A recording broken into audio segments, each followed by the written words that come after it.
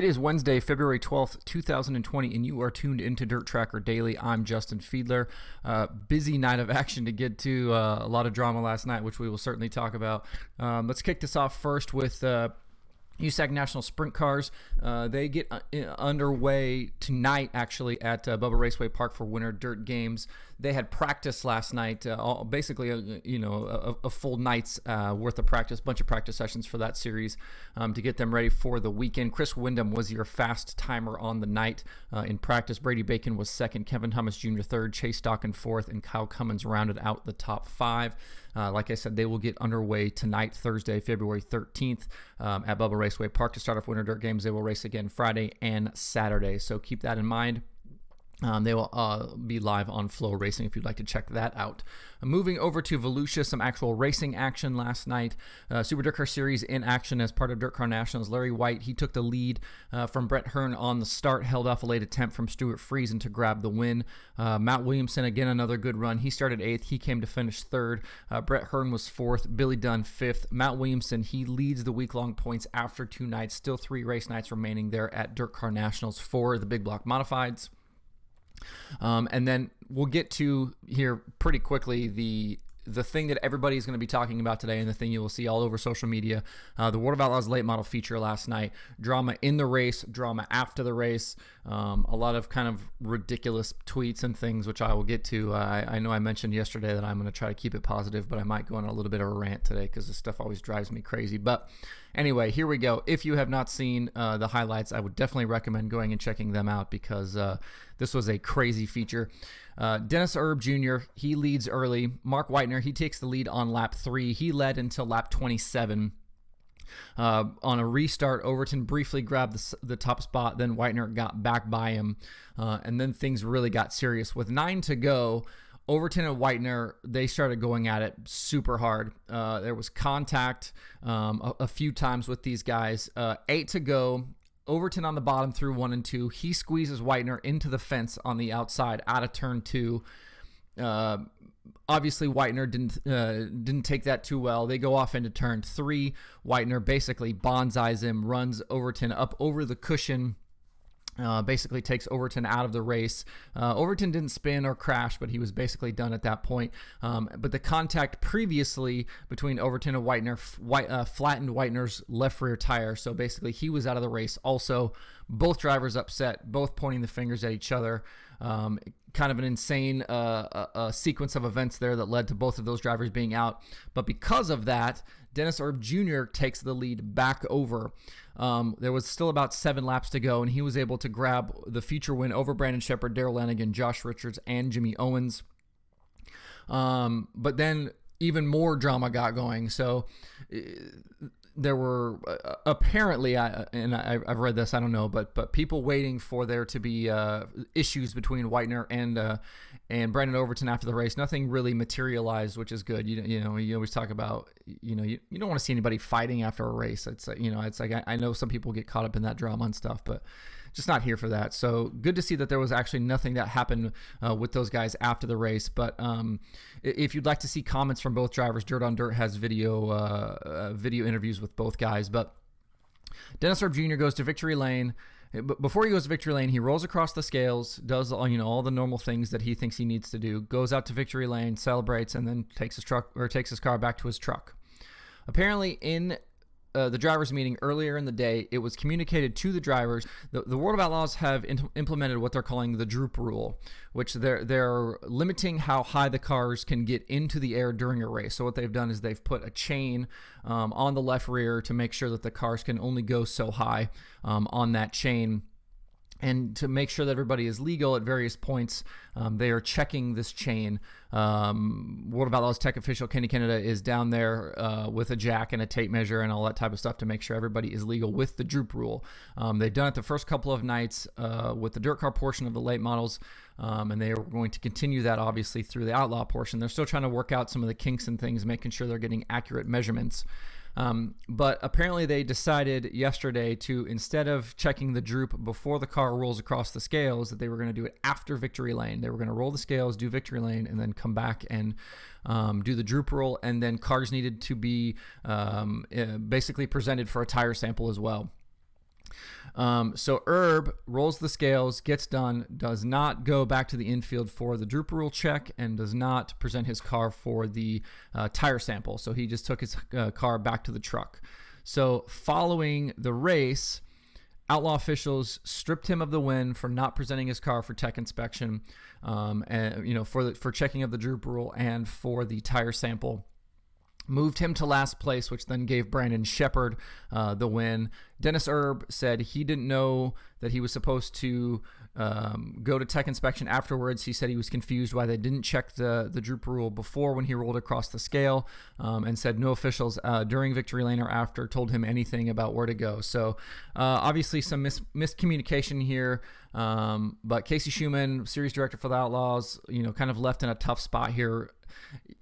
It's something you don't want to see, and even Schumann said he's like, I don't want to do this. I don't want to make this call. This is not something I'm looking to do, and especially for a guy like Dennis Erb, where it's just him, really, and Heather who are working on that car. So it's not something where you want to see that win taken away. But unfortunately, rules are rules, and it doesn't matter who breaks the rules, but the rule book must be followed. So after much discussion and debate, the win was taken away from Erb and given to Sheppard.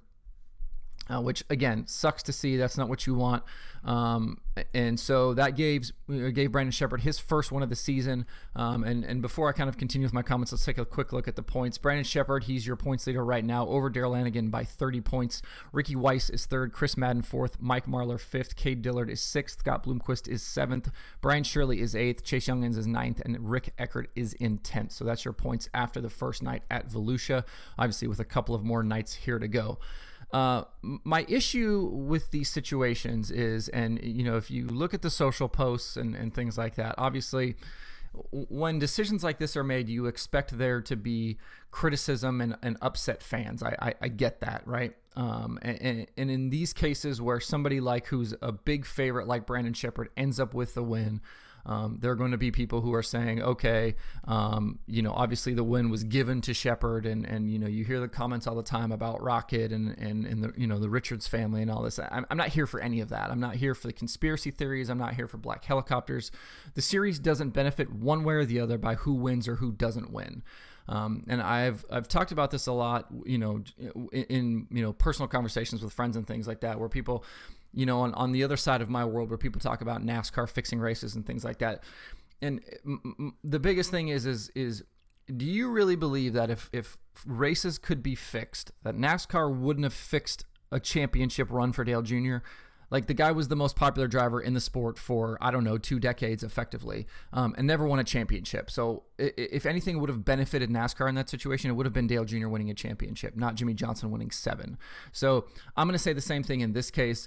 It doesn't benefit the series for Brandon Sheppard to come out and get a win here. It doesn't benefit the series for Dennis Erb to get the win here.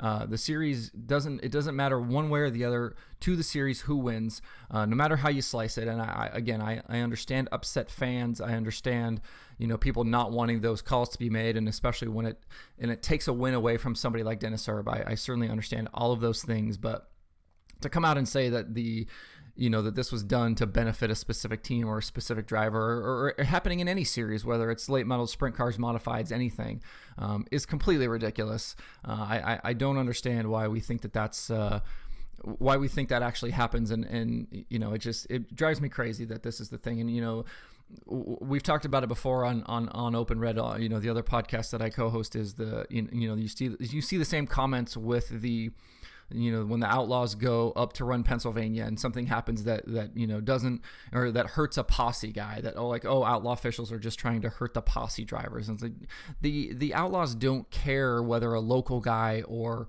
an outlaw driver wins a race. It literally does not matter. At the end of the night, they still have to write the same $10,000 check. It doesn't matter whose name is on the line. So I wish people would use a little bit more common sense and have a little bit more understanding in these situations, and understand that rules are rules. There's a reason they put a rule book in place, is to keep the competition fair for everyone. Everyone is under the same set of rules.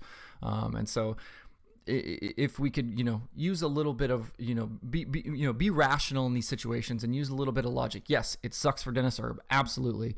And honestly, do I believe that he tried to do anything nefarious? Absolutely not. He was, obviously very upset after the race, and there was a simple miscommunication. He didn't know what he was supposed to do, and could Outlaw officials have probably done a little bit more to try to communicate with him?